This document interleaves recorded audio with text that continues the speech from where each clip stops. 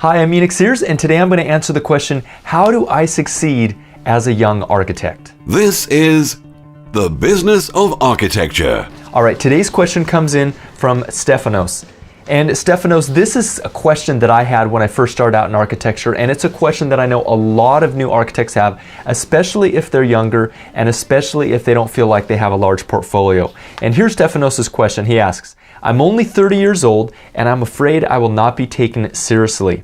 Do you have any tips for beginners in closing contracts and general presentations? Okay, the first thing I want to point out, Stefanos, is that your age is only a limit in your mind.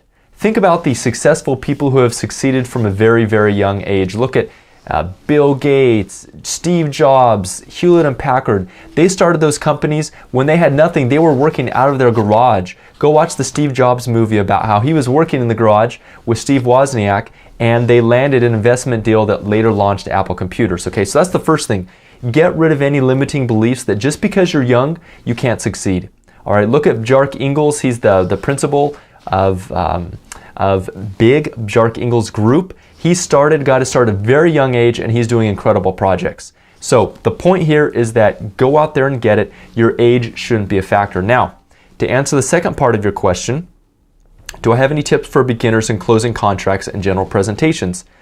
I do. The way you're going to make yourself stand out from the other architects or designers in your local area is to figure out what is it that you offer that is unique and different from everyone else in the marketplace. It may be your youth. It may be that you're dialed into the latest trends. It may be that you know something about this new generation of millennials that's coming up.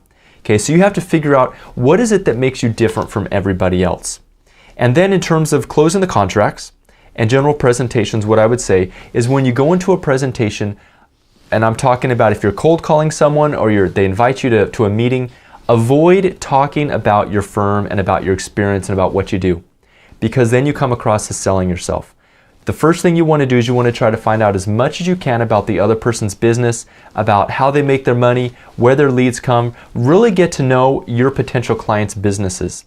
After you understand their businesses, then you'll be able to provide them value. And what you want to do is you want to figure out how can you help them. Okay? If you can't figure out how to help them, then you're probably in the wrong market. Now, knowing that you're an architect and you've done this for a long time, you have experience that can help your target clients. And I believe you were talking about, based on your email, you were talking about working with local developers. Okay? So find out what are the big problems they're having.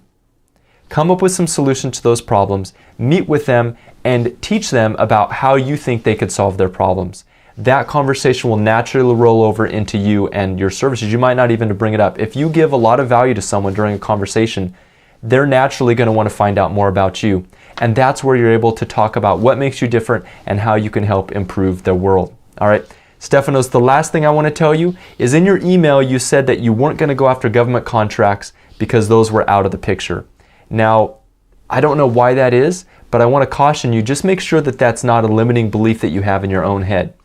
If you believe it, that it's true, it is true, right? Whether you believe you can or you can't, you're right. And so what I would tell you is, look, take a hard look at what kind of products you want to do, because if you're going to spend all this time doing business development, you might as well be going after something that you really like. So if the government projects are profitable, if those are the projects that are being done, find a way to go after those projects. Either team up with an architect who's working on those projects currently, or go out there and network and start to make connections in the government space, right? If you don't have that kind of experience, well, then you may need to go work for a firm for a little bit to get that kind of experience, right? So I hope this helps. Going back to our question, how do I succeed as a young architect? The first thing is, do not let your age hold you back. Just because you're young doesn't mean that you can't enjoy the success that you want to have. And even at an early age, you don't need to wait until you're 50 or 60 to have incredible success.